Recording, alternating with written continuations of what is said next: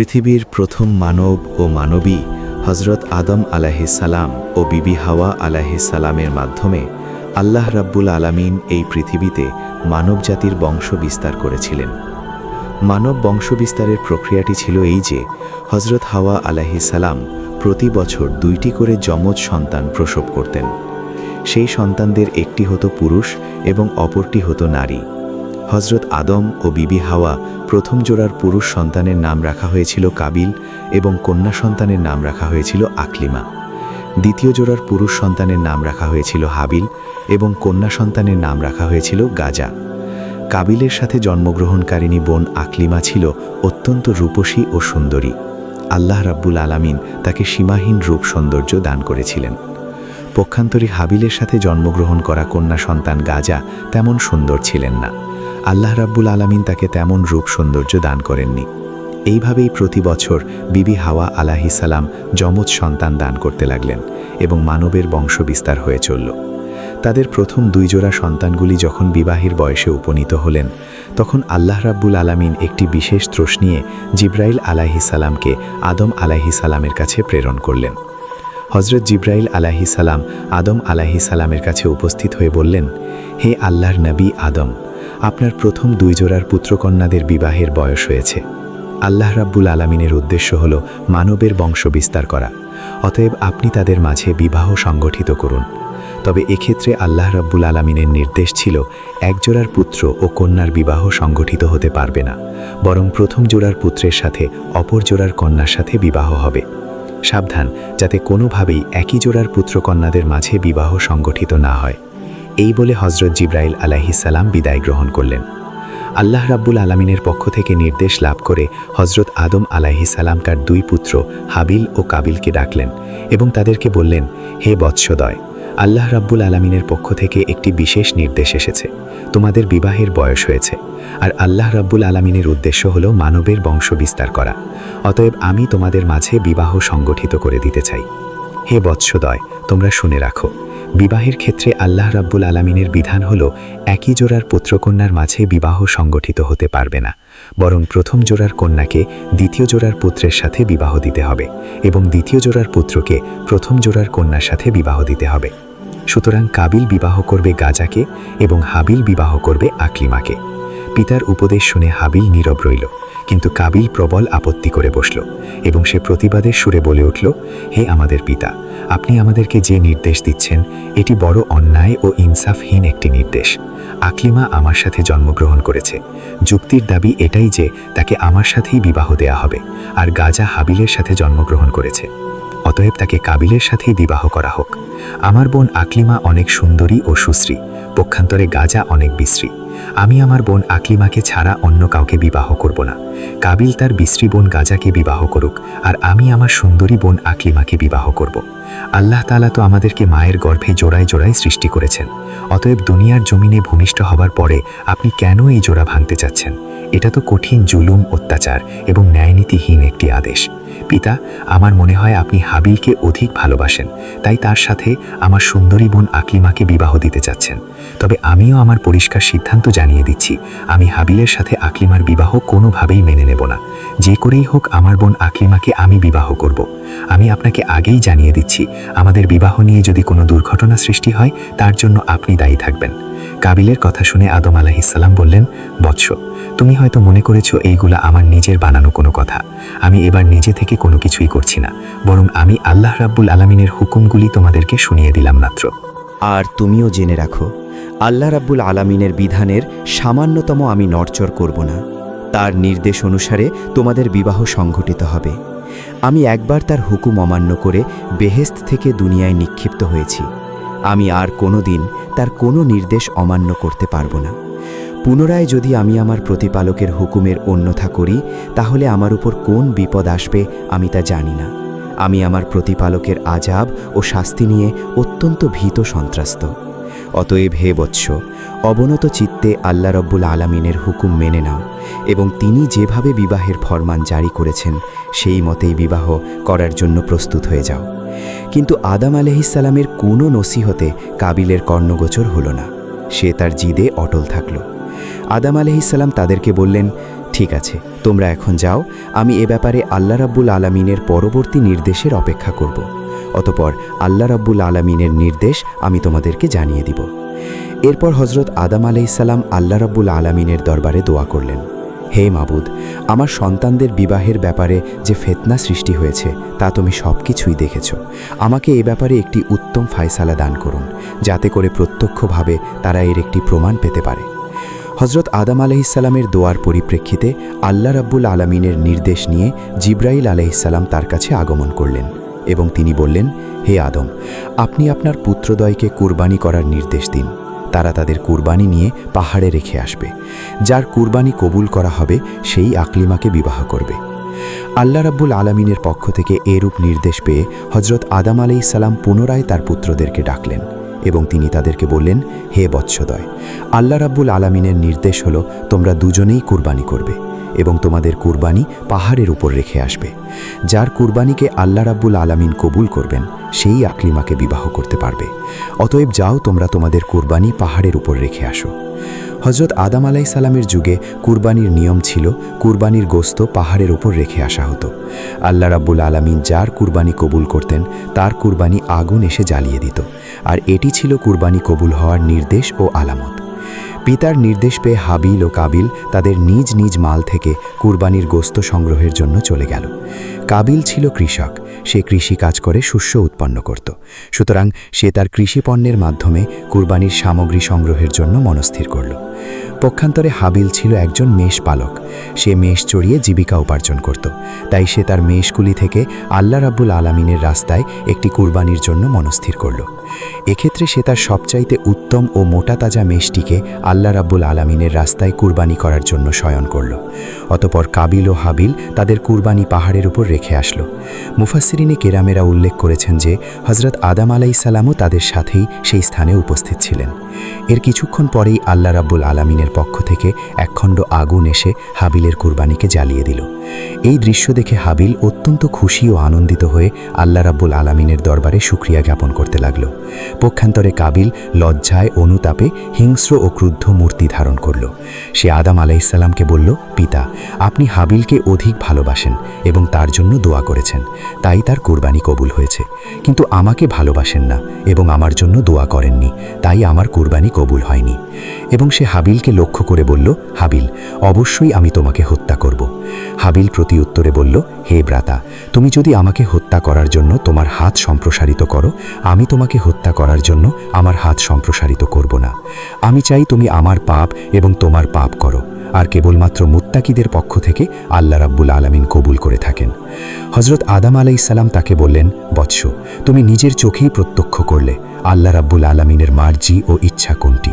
অতএব আল্লাহ রাব্বুল আলামিনের মার্জি ও ইচ্ছার প্রতি সন্তুষ্ট থেকো। তুমি হাবিলের সাথে সম্পর্ক রাখো এবং আল্লাহ রাব্বুল আলামিনের ফরমান অনুযায়ী বিবাহ করায় রাজি হয়ে যাও। এতে আল্লাহ রাব্বুল আলামিন অত্যন্ত খুশি হবেন এবং দুনিয়া ও আখিরাত উভয় জাহানে তোমার কল্যাণ হবে। কিন্তু কাবিল পিতার কোনো কথার দিকে কর্ণপাত করল না। সে নিজের অপমানের জ্বালায় হাবিলের প্রতি আরও শত্রুভাবাপন্ন হয়ে পড়ল। সে দীর্ঘ প্রতিজ্ঞা করল, যে করেই হোক হাবিলকে হত্যা করবে। এরপর থেকে সে হাবিলকে হত্যা করার জন্য সুযোগ খুঁজতে লাগল, কিন্তু আদম আলাইহিসসালাম বিদ্যমান থাকার কারণে সে কোনোভাবেই এই সুযোগ পাচ্ছিল না। এর কিছুদিন পরেই আল্লাহ রব্বুল আলামিনের পক্ষ থেকে হজরত আদম আলাইহিসসালামের কাছে নির্দেশ আসলো, হে আদম, তুমি আমার ঘর বাইতুল্লাহ জিয়ারত করার জন্য মক্কার উদ্দেশ্যে গমন করো। আদম আলাইহিসসালাম আল্লাহ রব্বুল আলামিনের পক্ষ থেকে এই নির্দেশ লাভ করার পরে আকাশের দিকে লক্ষ্য করে তিনি বললেন, হে আকাশ, তুমি কি আমার সন্তান সন্ততিদেরকে রক্ষার দায়িত্ব গ্রহণ করতে পারবে? প্রতিউত্তরে আকাশ বলল, হে আদম, আমি তোমার সন্তানদেরকে রক্ষার দায়িত্ব গ্রহণ করতে পারব না। এরপরে হজরত আদম আলাইহিসসালাম পাহাড়কে লক্ষ্য করে বললেন, হে পাহাড়, তুমি কি আমার সন্তানদেরকে রক্ষার দায়িত্ব গ্রহণ করতে পারবে? পাহাড় জবাব দিল, হে আদম, আমি তোমার সন্তানদেরকে রক্ষার দায়িত্ব গ্রহণ করতে পারব না। অতঃপর হজরত আদম আলাইহিসসালাম জামিনকে লক্ষ্য করে বললেন, হে জামিন, তুমি কি আমার সন্তানদেরকে রক্ষার দায়িত্ব গ্রহণ করতে পারবে? জামিন হজরত আদম আলাইহিসসালামকে একই উত্তর দিল। তখন হজরত আদম আলাইহিসসালাম হাবিলকে বলল, হে হাবিল, তুমি কি আমার সন্তানদেরকে রক্ষার দায়িত্ব গ্রহণ করতে পারবে? হাবিল বলল, হে আমার পিতা, আল্লাহ যদি আমার ওপর অনুগ্রহ করেন তাহলে অবশ্যই আমি এই দায়িত্ব গ্রহণ করতে রাজি আছি। এরপর হজরত আদম ও বিবি হাওয়া স্বীয় সন্তানদেরকে রক্ষণাবেক্ষণের দায়িত্ব হাবিলের কাছে ন্যস্ত করে মক্কার উদ্দেশ্যে রওনা করলেন। আদম আলাইহিস সালাম হজে গমন করার পরে কাবিল তার উদ্দেশ্য সিদ্ধির জন্য একটি বিশাল সুযোগ পেয়ে গেল। এতদিনে সে পিতার শাস্তির ভয়ে তার উদ্দেশ্য সিদ্ধি করতে পারছিল না, কিন্তু যখন পিতা তাদের থেকে দূরে চলে গেল তখন আর কিসের ভয়। কোনো একদিন হাবিল বকরি আর মেষপাল চড়াতে মাঠে গেল। এরপর সে ক্লান্ত হয়ে একটি বৃক্ষের ছায়ায় ঘুমিয়ে পড়ল। যখন দেখল হাবিল নির্জন একটি প্রান্তে গাছের ছায়ায় একাই ঘুমিয়ে রয়েছে, সেটিকে বিশেষ সুযোগ মনে করতে লাগল। সে ভাবল হাবিলকে হত্যা করার এটাই উপযুক্ত সময়। কিন্তু সে একটি বিপদের সম্মুখীন হয়ে গেল। হত্যা করবে তো ঠিকই, হত্যা করবে কী উপায় তা সে স্থির করতে পারল না। যেহেতু ইতিপূর্বে কেউ কোনো মানুষ হত্যা করেনি, তাই এই পদ্ধতি কাবিলের জানা ছিল না। মানবজাতির চিরশত্রু ইবলিস যখন দেখল হত্যা করা নিয়ে কাবিল একটি বিশেষ সমস্যায় পতিত হয়েছে, তখন সে ভাবতে লাগল, অবশ্যই তাকে সাহায্য করা আমার একান্ত দায়িত্ব ও কর্তব্য। মূলত সে তো এরকম একটি সুযোগের অপেক্ষায় ছিল। তাই সে আর কাল বিলম্ব না করে একটি পথিকের আকৃতিতে কাবিলের সামনে আত্মপ্রকাশ করল। অতঃপর সে তার শয়তানের শক্তির বলে একটি কৃত্রিম সাপ তৈরি করল। সাপটি ধীরে ধীরে মানবরূপী ইবলিসের দিকে এগিয়ে আসতে লাগল। ইবলিস জমিন থেকে একটি পাথর উঠিয়ে সাপের মাথা লক্ষ্য করে ছুঁড়ে মারল। ফলে সাপের মাথা চূর্ণ বিচূর্ণ হয়ে গেল এবং সেখানেই সাপটি প্রাণ ত্যাগ করল। হত্যা করার এই পদ্ধতি দেখে কাবিল অত্যন্ত খুশি হল এবং সে স্থির করল এই পদ্ধতিতে তার ভাই হাবিলকে হত্যা করবে। হত্যা করার পদ্ধতি শেখার পরে কাবিল ধীরে ধীরে হাবিলের দিকে এগিয়ে যেতে লাগল। যখন সে হাবিলের কাছে পৌঁছে গেল তখন সে বিরাট একটি পাথর হাতে তুলে নিল। অতঃপর সেই পাথরটিকে ঘুমন্ত হাবিলের মাথা লক্ষ্য করে প্রচণ্ড বেগে ছুঁড়ে মারল।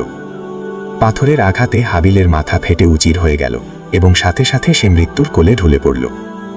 হাবিলের মৃত্যু তো হলো ঠিকই, কিন্তু এখন একটি নতুন সমস্যা দেখা দিল। আর তা এই যে হাবিলের মৃত্যুদেহ কিভাবে গোপন করবে। সে নিজেকে আত্মরক্ষা করবে।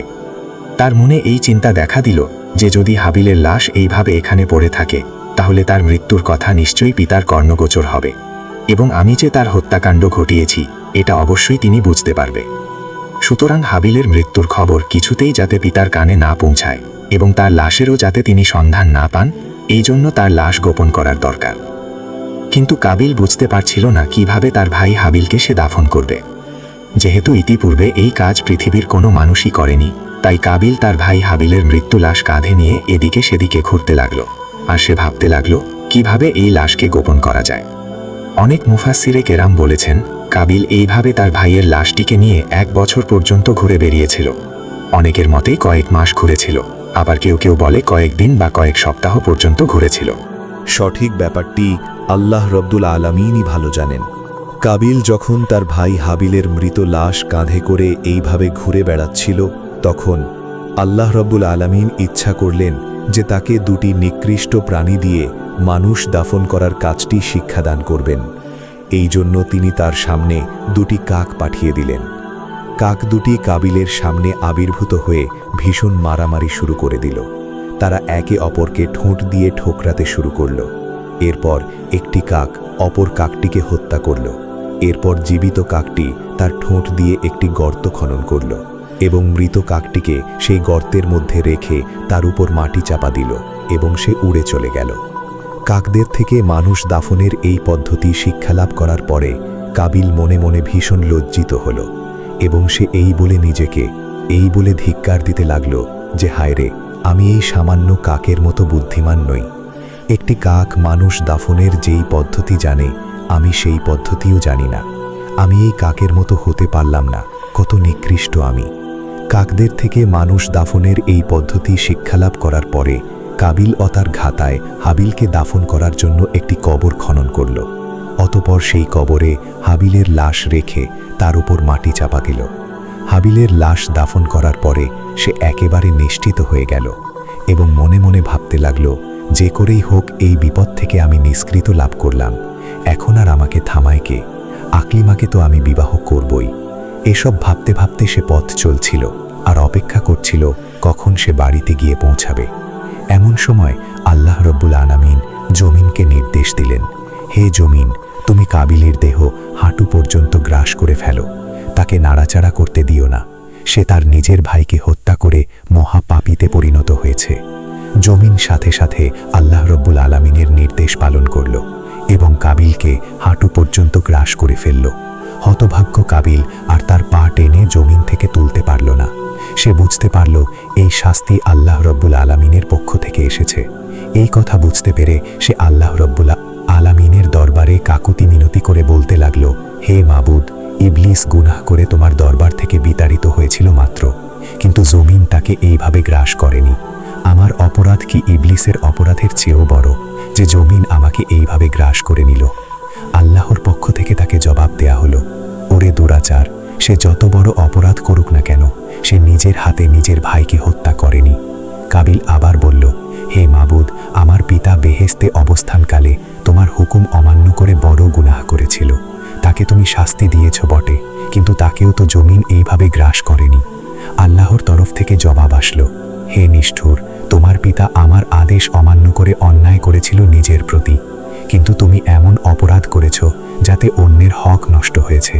তুমি অন্যের প্রতি অবিচার করেছ, সুতরাং তোমার অপরাধ সর্বাপেক্ষা গুরুতর। এরপর আল্লাহ রব্বুল আলামিন জমিনকে নির্দেশ দিলেন, হে জমিন, তুমি কাবিলের দেহকে তার বুক পর্যন্ত গ্রাস করে ফেলো। সাথে সাথে জমিন আল্লাহ রব্বুল আলামিনের হুকুম পালন করল এবং কাবিলের দেহকে বুক পর্যন্ত গ্রাস করে ফেলল। তখন কাবিল দিশেহারা হয়ে ব্যাকুলভাবে আল্লাহর দরবারে মিনতি জানাতে লাগল, হে দয়াময় প্রভু, আমি না বুঝেই ইবলিসের প্রচারণায় পড়ে আমার ভাই হাবিলকে হত্যা করেছি এবং অন্যায় করেছি সত্যি।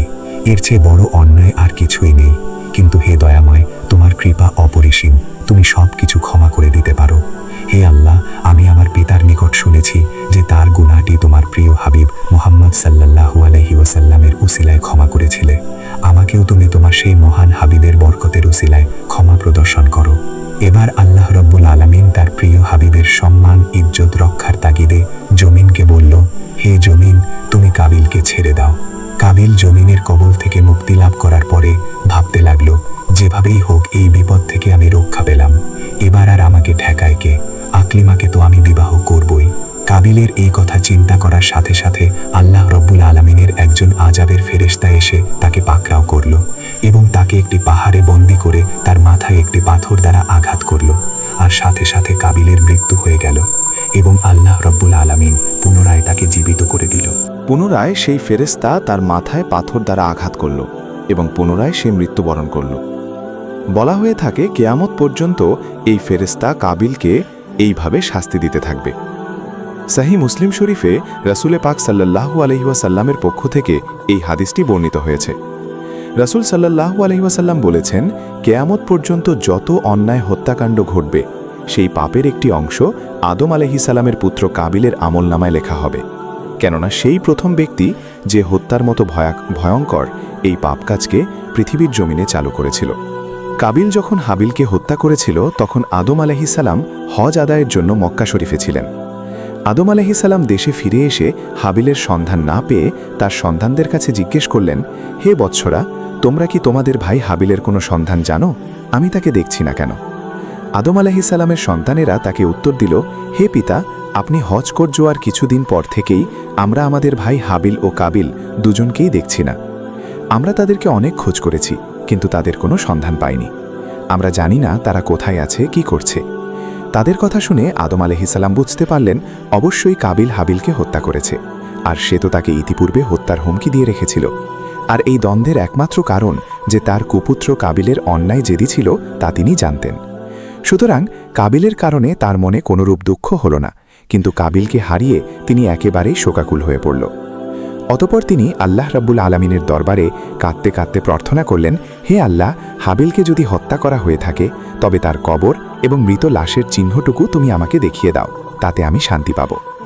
আদম আলাইহিস সালামের এই দোয়ার পরিপ্রেক্ষিতে আল্লাহ রাব্বুল আলামিন তাকে জানিয়ে দিলেন, হে আদম, তোমার পুত্র কাবিল তোমার সন্তান হাবিলকে হত্যা করেছে, এজন্য কিয়ামত পর্যন্ত তাকে এই পাপের শাস্তি ভোগ করতে হবে, এবং পৃথিবীতে তোমার যত সন্তানই অন্যায়ভাবে হত্যাকাণ্ড সংঘটিত করবে সেই হত্যাকাণ্ডের পাপের একটি অংশ তোমার পুত্র কাবিলের আমলনামায় লিপিবদ্ধ করা হবে। অতঃপর আল্লাহ রাব্বুল আলামিন তাকে হাবিলের মৃত্যুর জায়গা ও তার কবর সম্পর্কে জানিয়ে দিলেন। আল্লাহ রাব্বুল আলামিনের পক্ষ থেকে এই সংবাদটি জানার পরে আদম আলাইহিস সালাম সেই স্থানে গেলেন এবং তিনি কবর থেকে কাবিলের লাশটি উঠিয়ে দেখলেন। তার মাথা চূর্ণ বিচূর্ণ করে দেয়া হয়েছে এবং তার সারা শরীরে এখনও রক্তে রঞ্জিত হয়ে রয়েছে। তখন হজরত আদম আলাইহিসসালাম হাবিলের লাশটিকে বাড়িতে নিয়ে আসলেন। পুত্রের এই অবস্থা দেখে বিবি হাওয়াও কাঁদতে কাঁদতে অস্থির হয়ে গেলেন। অতঃপর তারা সিদ্ধান্ত নিলেন হাবিলের লাশটিকে একটি সন্দুকে করে তাদের কাছেই রেখে দিবেন। তাদের এই চিন্তা করার পরে জিব্রাইল আলাইহিসসালাম আল্লাহর হুকুম নিয়ে তাদের কাছে এসে বললেন, হে আদম ও হাওয়া, আপনারা যে সিদ্ধান্ত নিয়েছেন এটি আল্লাহ রাব্বুল আলামিনের সিদ্ধান্ত নয়। কোনো মৃত মানুষকে আপনারা আপনাদের কাছে রেখে দিতে পারবেন না, বরং আল্লাহ রাব্বুল আলামিনের হুকুম হলো তাকে আপনারা উত্তম রূপে গোসল করিয়ে জমিনে পুনরায় দাফন করে দিন।